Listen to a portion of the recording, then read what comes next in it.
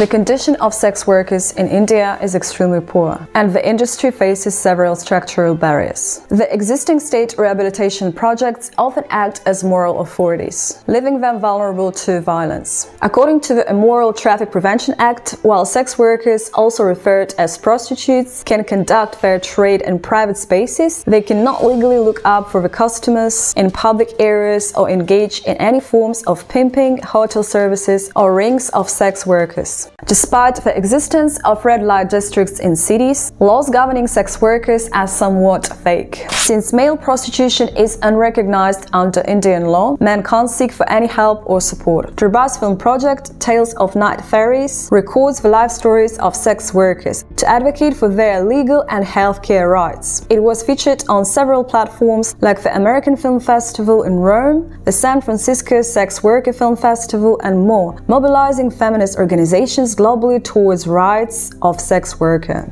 One of the sex workers from Kolkata shared her thoughts regarding current situation. Since I joined the line, I work hard to earn money. I don't beg, I don't steal. I am a law-abiding citizen who pays for rent and all my expenses.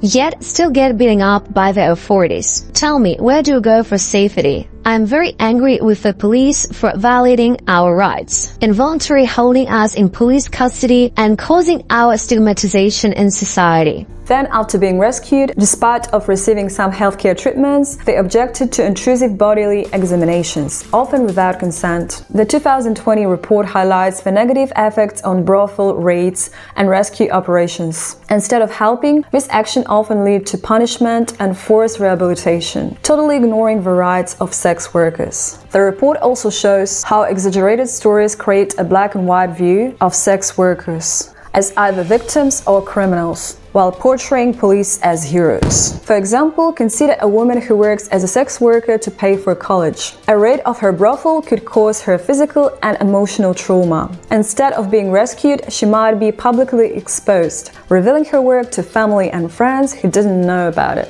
So in the eyes of society, there is an idea that brothels are always a crime hubs instead of workplaces. This view wrongly labels all sex workers as evil. After being rescued, a sex worker is often seen as damaged and unable to succeed in work, relationship, or as a role model. This view forces her into a stereotype based solely on her past job. So what do you think, guys? Please share your thoughts in comments. Don't forget to subscribe, hitting notification bell, and I'm gonna see you soon.